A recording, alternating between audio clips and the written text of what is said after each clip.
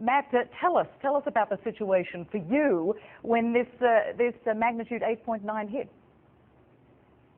Well, it was absolutely unlike anything I've ever experienced before. I've been living here for 8 years now, and this was quite simply the biggest, longest-lasting earthquake I've ever experienced here.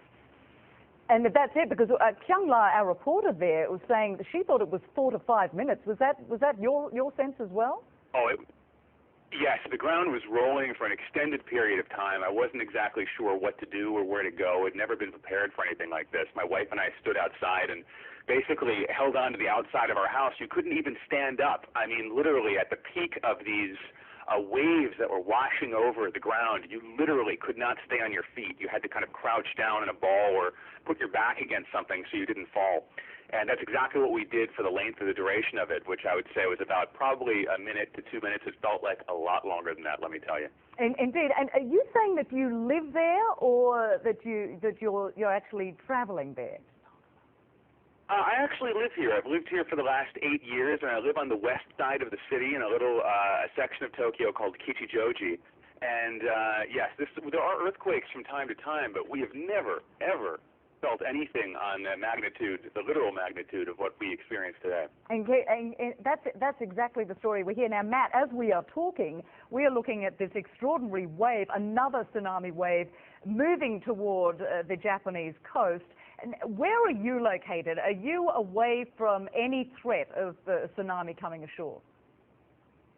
Yes, we're very fortunate to be located quite far inland. Of course, there's some rivers and streams around here, but those aren't being affected by the tsunami. We're I would say a good 10 to 15 miles away from the coastline, so we don't have to really worry about that where we are. But with the footage that we're seeing, the video that we're seeing on the television screens is just, it's absolutely, it's heart-wrenching actually, because you know that probably a lot of those people did not have a chance to evacuate before the wave hit, even though they were telling people you need to get away, you need to get away from the shorelines, you need to get away from the water. Just watching this wave hit and cars and buildings and houses being swept away in it, I think we're going to see a significant number of casualties, especially up in the northern part of the country where the quake was epicentered. And as you mentioned, you've been there for a number of years. I do have to apologize because someone was actually talking in my ear when you mentioned the number of years that you've been there. How long did you say you'd been there? I've been here for 8 years. My wife is Japanese, and she's lived here most of her life. And I can tell you, this was something neither of us we were completely unprepared for this. It was a beautiful spring day. It was sunny outside. I had just come home from a little errand to the grocery store, and all of a sudden, bam! It just hit, and you could tell this was different instantly from other little tremors that we've had before. I mean, it just picked up in intensity. It ramped up.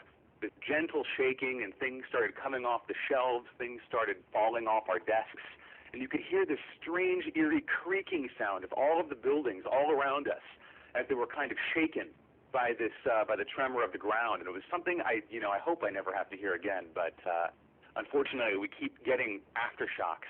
We've had 3 or 4 so far, and there's probably going to be other ones as well. And the reality is, I mean, living in Japan, this is something that you're very used to. But as you say, and of course, as people who've lived there all their lives, they know when this is different, and this felt very different. It absolutely did. I think this is going to be a tremor to remember, so to speak, and I think people are going to be talking about this for a long time to come, because really, Tokyo hasn't seen anything like this in decades.